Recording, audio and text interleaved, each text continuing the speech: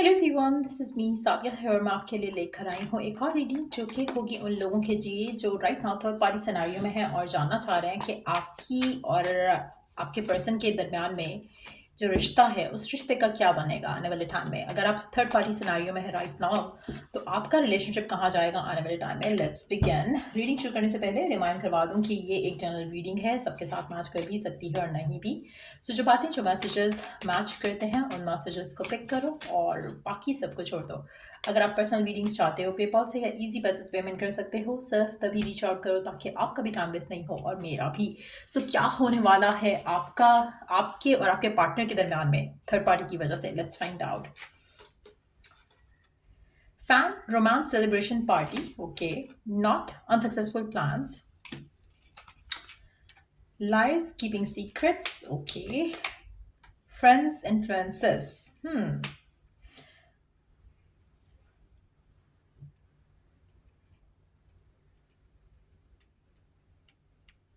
let's say let's take some more cards.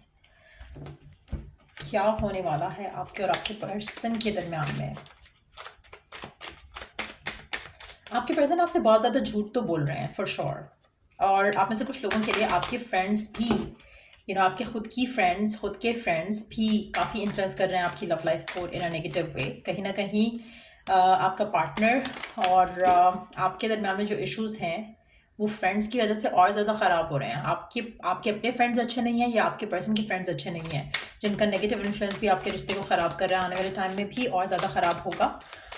मुझे लगता है कि आप जो भी चाह रहे हो, इस कनेक्शन को बांधना चाह रहे हो, इस कनेक्शन को रोकना चाह रहे हो, इस कनेक्शन को होल्ड ऑन करना चाह रहे हो, ये जितना ज़्यादा होल्ड ऑन करना चाह रहे हो उतना ज़्यादा आपका कनेक्शन स्लिप अवे करेगा। Let's see.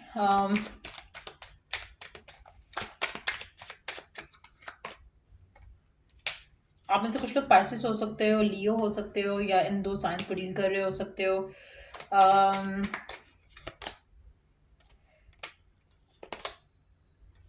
मुझे लगता है कि आपका ये रिश्ता करंट सिचुएशन में मुझे सुधरता हुआ दिख नहीं रहा। करंट सिचुएशन में ये रिश्ता थोड़ा और ख़राब होगा आपका और आपके पर्सन का, लेकिन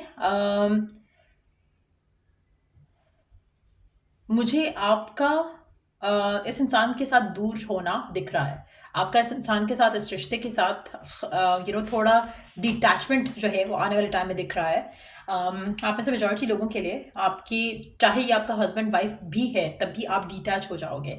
कहीं ना कहीं आप इस रिश्ते को बहुत ज़्यादा चाहते हो, बहुत ज़्यादा वैल्यू करते हो, लेकिन आने वाले टाइम में मुझे लगता है कि आप अपने आप को थोड़ा पुल अवे करना शुरू कर दोगे, डिटैच करना शुरू कर दोगे, जो कि आपके रिश्ते को एक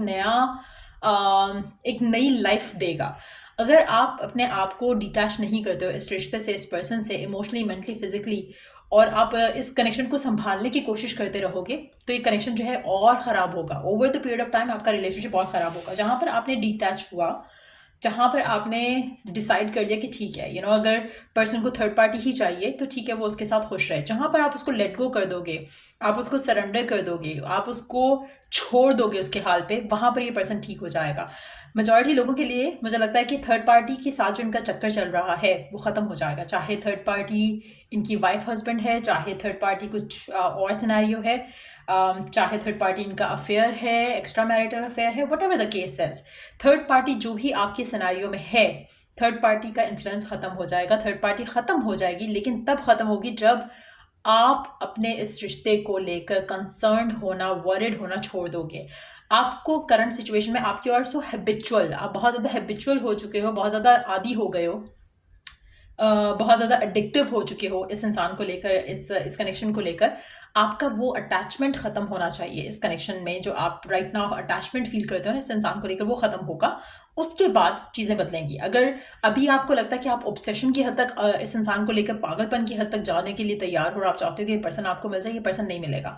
जितनी ज़्यादा कोशिश करोगे उतना ज़्यादा आपका रिलेशनशिप फॉल अपार्ट करता मैं देख रही हूँ। बहुत ज़्यादा इसमें अभी आने वाले टाइम में तो बहुत ज़्यादा डिफ़िकल्टीज़ आपको फेस करनी पड़ेंगी, लेकिन आप अपनी ज़िंदगी में आगे बढ़ो। अगर आप आगे बढ़ोगे तो ही आपका ये पर्सन आपके पास वापस आएगा। अगर आगे नहीं बढ़ोगे, ये पर्सन आपके पास वापस नहीं आ रहा है।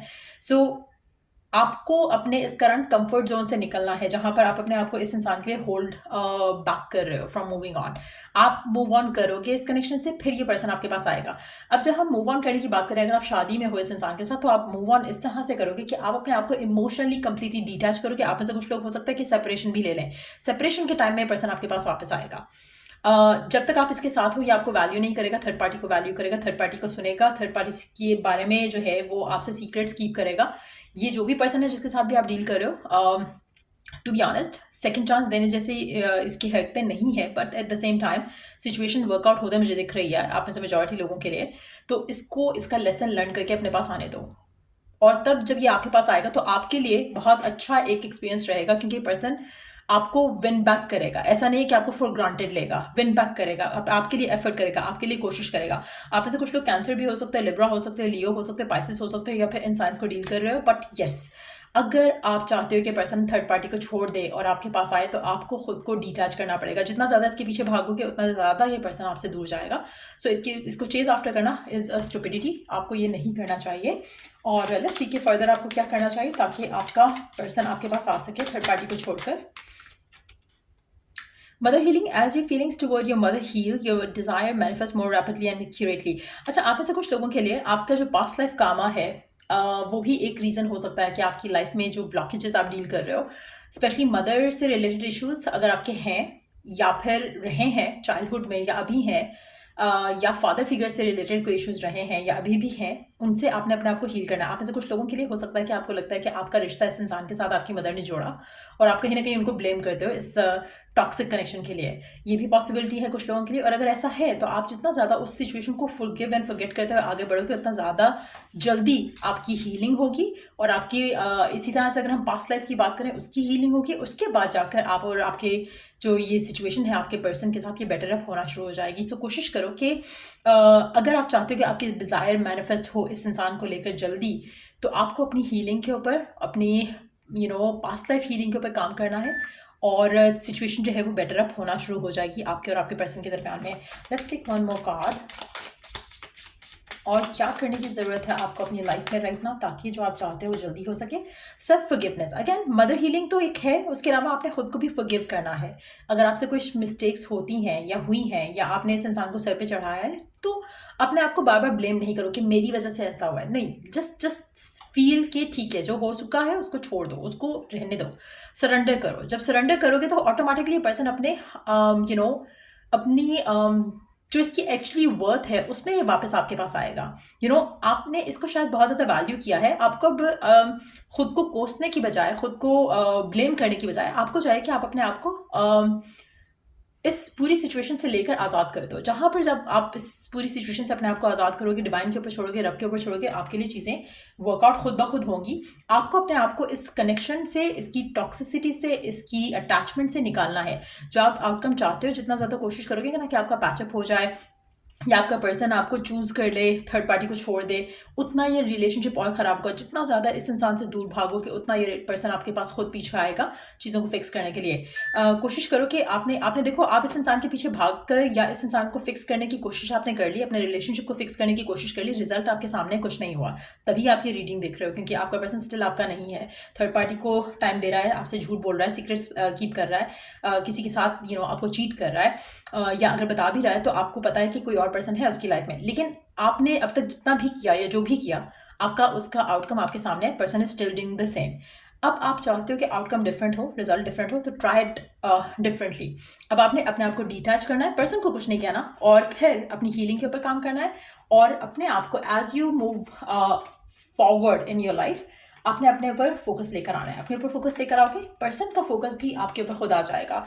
सो या ये रीडिंग आप लोगों की अगर आपको हेल्प किया हो, गाइड किया हो, तो लाइक शेयर सब्सक्राइब जरूर करो। Till I do the next reading, आप लोगों के लिए टेक केयर, बाय।